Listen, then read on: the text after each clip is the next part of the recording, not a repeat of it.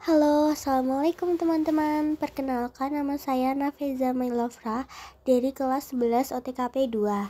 Hari ini saya akan menjelaskan materi tentang jenis bisnis retail. Nah, apa sih bisnis retail itu, teman-teman? Jadi, bisnis retail itu adalah sebuah bisnis yang menjual barang atau jasa secara langsung kepada konsumen untuk dikonsumsi secara pribadi dan tidak dijual kembali, atau cukup untuk penggunaan pribadi saja. Nah, menurut para satu ahli Sopiah dan Sangaji, retail dapat diartikan sebagai kegiatan penjualan barang atau jasa sehari-hari untuk memenuhi kebutuhan konsumen. Adapun penjelasan lainnya terkait definisi retail menurut para ahli tertuang dalam penjelasan berikut ini. Nah, ini dia arti bisnis retail menurut para ahli. Yang pertama ada Billy R. Berman dan Joel R. Evans.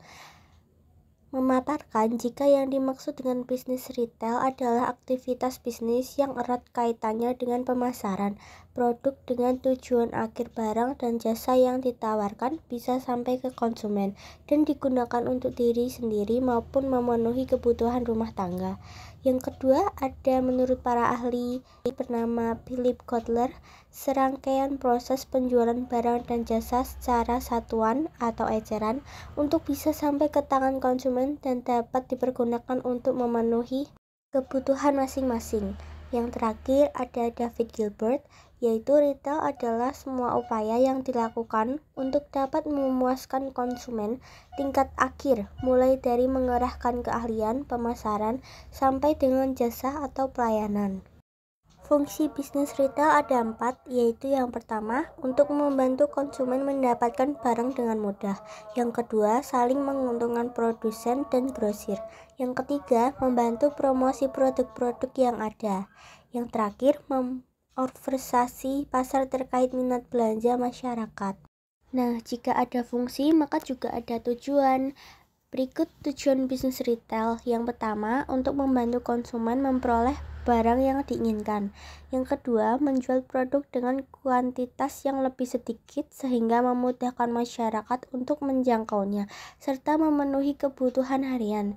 Yang ketiga, sebagai penghubung antara pihak distributor dan konsumen. Yang terakhir, untuk mengumpulkan informasi terkait barang dan jasa yang sedang dibutuhkan oleh masyarakat. Berikut yang terakhir ada jenis-jenis bisnis retail, yaitu retail yang menjual barang atau produk retail, yaitu merupakan salah satu berfokus pada penjualan produk tertentu.